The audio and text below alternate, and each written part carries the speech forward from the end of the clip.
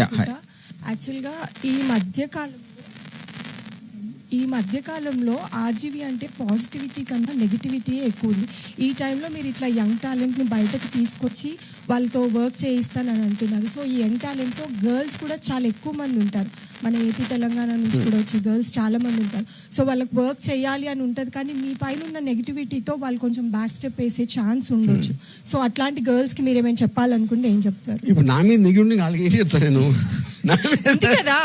ఉంది కదా, సో అట్లా ఉన్న గర్ల్స్ కి అట్లా కాదు అంటే మీకు ఇది ఒక్కటి మాత్రం మీరు చాలా ఫాల్స్ న్యూస్. నా దగ్గరకు వచ్చేంత గర్ల్స్ ఎక్కడ రారు, ఎవరి దగ్గరికి రారు. అది మాత్రం మీ మీద ఒట్టేసి చెప్తున్నా. అట్లా కూడా నెగటివ్ గా వెళ్ళింది కదా. Everybody will have negative and positive. There is no such thing as అందరికి ఒకటే నచ్చుతుంది నచ్చలేదు అని కాదు. సో నేనంటే ఇష్టం ఉన్నోళ్ళు, లేకపోతే నేనంటే ఏదైనా వాట్ ఎవర్ పాజిటివ్ ఫీలింగ్ ఉన్నోళ్ళు వాళ్ళు చాలు నాకు. అంటే ఓన్లీ మీ పైన పాజిటివిటీ ఉండి వచ్చిన గర్ల్స్ నాకు నేను సంబంధమే లేదు కదా. నేను ఇదంతా ప్రాసెస్ వేరే వాళ్ళు డిసైడ్ చేస్తున్నప్పుడు నేను ఎక్కడ వచ్చాను మధ్యలో? I'm out of the decision process.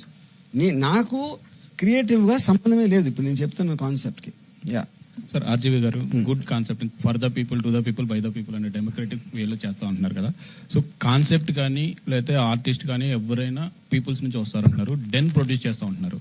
ఇది కాకుండా ఫర్దర్ గా రేపు క్రౌడ్ ఫండింగ్ లో కూడా ఏమైనా యాక్సెప్ట్ చేస్తారా? అంటే క్రౌడ్ అందరూ వచ్చి క్రౌడ్ ఫండింగ్ అనేది there some complications related to ఇప్పుడు సేబీ ఆస్పెక్ట్ లో అలా చేయడానికి. సో అది we're working out the details. So I'm not very clear about it right now.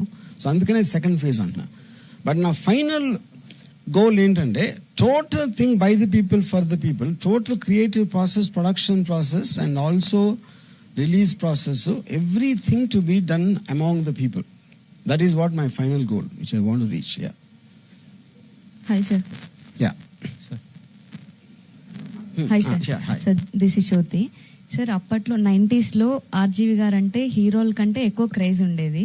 So ఇప్పుడు ఆర్జీవి గారు అంటే అందరూ భూతి సినిమాలు తీస్తున్నారు అలా అని అందరూ అనుకుంటున్నారు. సో దానికి మీరేం చెప్తారు? దానికి 1116 సార్లు చెప్పాను. మళ్ళీ ఇప్పుడు నేను చెప్పే ఓపిక నాకు లేదు. తర్వాత మీరు వస్తే నేను మీ చెవులో చెప్తాను.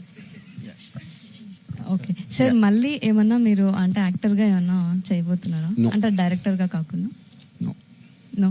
కానీ అది ఇప్పుడు అంటున్నా, మరి సాయంత్రం అయితే నా మూడ్ మారు.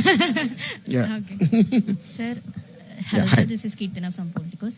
సార్, యాక్చువల్గా మీరు ఇప్పుడు పీపుల్ కోసం అంటే పీపుల్ వాల్యూస్ తీసుకొని పీపుల్ ఒపీనియన్స్ తీసుకొని చేస్తున్నారు అంటున్నారు కాబట్టి ఒక కామన్ మ్యాన్ తరఫు నుంచి వాళ్ళ లైఫ్ స్టైల్ కానివ్వండి, లేకపోతే వాళ్ళ మేనరిజం కానివ్వండి, వాళ్ళలో నచ్చిన ఒక పాయింట్ తీసుకొని ఈ యువర్ ఫిలిం అంటే your film itself is common people values కదా, సో ఏమన్నా చూపించిపోతున్నారు అలా?